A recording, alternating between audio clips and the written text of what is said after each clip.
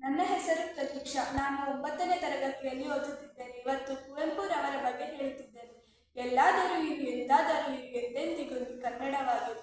ಕುವೆಂಪುರವರು ಕ್ರಿಸ್ತ ಶಕ 1904 ಡಿಸೆಂಬರ್ 29ರಂದು ಶಿವಮೊಗ್ಗ ಜಿಲ್ಲೆಯ ತೀರ್ಥಹಳ್ಳಿ ತಾಲೂಕು ಕುಪ್ಪಳ್ಳಿಯಲ್ಲಿ ಜನಿಸಿದ್ದರು.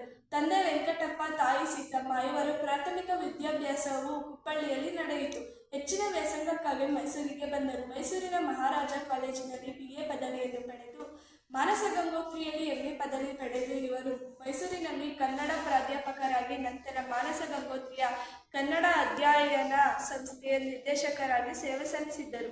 ಇವರು ಕವಿಯಾಗಿ ಅನೇಕ ಕೃತಿಗಳನ್ನು ರಚಿಸಿದ್ದಾರೆ. ಹಾಡು ಮುಟ್ಟದ ಸೊಪ್ಪಿಲ್ಲ ಎನ್ನುವಂತೆ ಕನ್ನಡ ಸಾಹಿತ್ಯದ ಎಲ್ಲ ಪ್ರಕಾರಗಳಲ್ಲಿಯೂ ಕೃತಿ ರಚನೆ ಮಾಡಿದ್ದಾರೆ.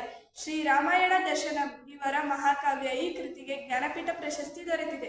ಮಲೆಗಳಲ್ಲಿ ಮದುಮಗಳು, ಕಾನೂರು ಹೆಗ್ಗಡತಿ, ಬೃಹತ್ ಕಾದಂಬರಿಗಳು, ಅಗ್ನಿಹಂಸ, ಪಾಂಚಜನ್ಯ, ಪಕ್ಷಿಕಾಶಿ, ಕೊಳಲ್ ಪ್ರೇಮ, ಕಾಶ್ಮೀರ ಮೊದಲಾದವು ಕವನ ಸಂಕಲನಗಳನ್ನು, ಯಮನ ಸೋಲು, ಬೆರಳಿಗೆ ಕೊರಳ್ ಮೊದಲಾದ ನಾಟಕಗಳನ್ನು ರಚಿಸಿದ್ದಾರೆ. ವಿಮರ್ಶ ಕೃತಿಗಳನ್ನು ರಚನೆ ಮಾಡಿ ಕನ್ನಡ ಸಾಹಿತ್ಯಕ್ಕೆ ವಿಶೇಷವಾದ ಕೊಡುಗೆಯನ್ನು ನೀಡಿದ್ದಾರೆ. ಕೀರ್ತಿ ಎಂಬ ಶನಿ, ತೂಲಗಾಚಿ ಎಂದರು ಅನೇಕ ಪ್ರಶಸ್ತಿಗಳನ್ನು ಇವರನ್ನು ಹುಡುಕುತ್ತಾ ಬಂದವು. ಅದರಂತೆ ಜ್ಞಾನಪೀಠ ಪ್ರಶಸ್ತಿ, ಪಂಪ ಪ್ರಶಸ್ತಿ, ಪದ್ಮಶ್ರೀ ಮೊದಲಾದ ಪ್ರಶಸ್ತಿಗಳನ್ನು ಇವರಿಗೆ ಲಭಿಸಿದೆ.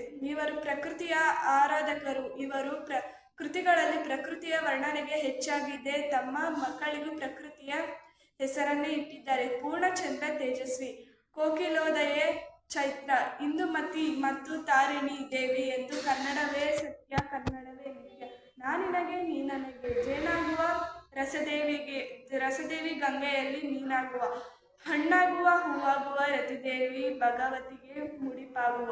ಧನ್ಯವಾದಗಳು.